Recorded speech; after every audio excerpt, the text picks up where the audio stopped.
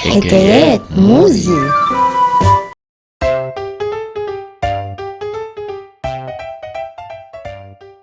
ايه يا مو الخريطة الكبيرة قوي دي؟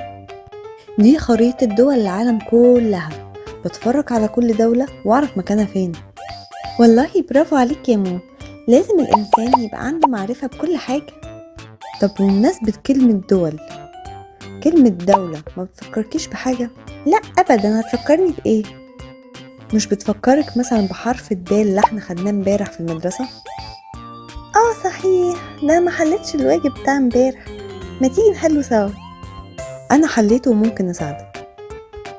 اول حاجة مطلوب مني اني اكتب حرف الدال.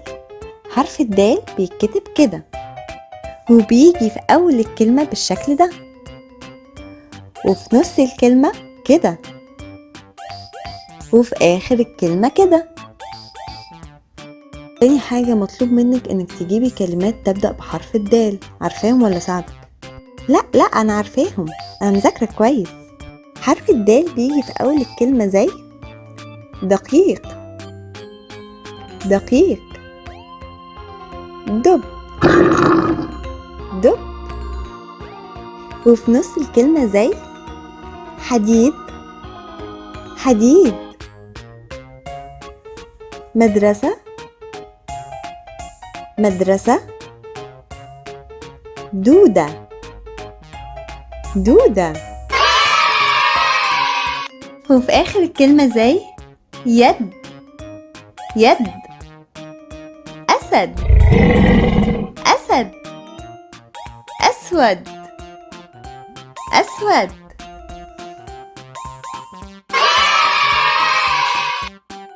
تاني حاجة مطلوبة منك كلمات لحركات حرف الدال.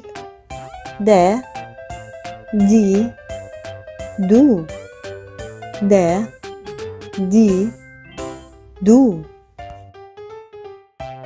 ده ايه الأسئلة السهلة دي؟ دا، دراجة، دراجة. دي، ديك، ديك. دو، دب، دب. انت شاطرة جدا يا كنزي، والميس هتفرح بيكي قوي. شكرا يا مو، انت اللي شاطرة يا زي، انا ما ساعدتكيش، انت حليتي لوحدك. يلا يا زي نروح عشان نلحق ننام، عندنا مدرسة بكرة. ماشي، يلا انا تعبت قوي النهاردة. تصبح على خير يا مو. تصبح على خير يا زي. ايه ده يا مو، بتعمل ايه؟ وريني كده. ده ابلكيشن موزي لتعليم الاطفال يا كنزي. الله، ده حلو قوي، وريني.